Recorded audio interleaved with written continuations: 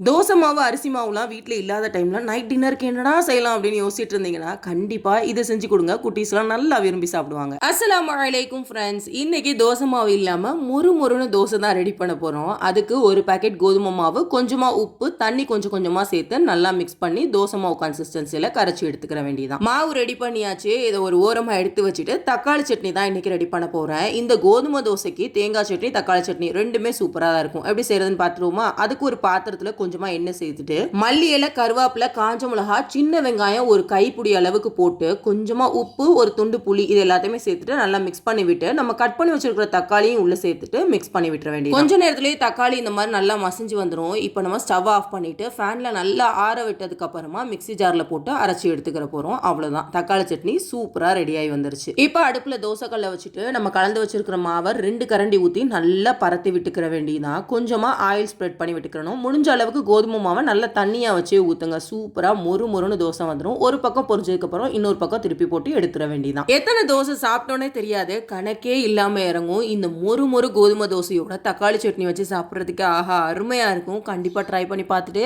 எப்படி வந்துச்சுன்னு கமெண்ட் பண்ணுங்க. பாய்.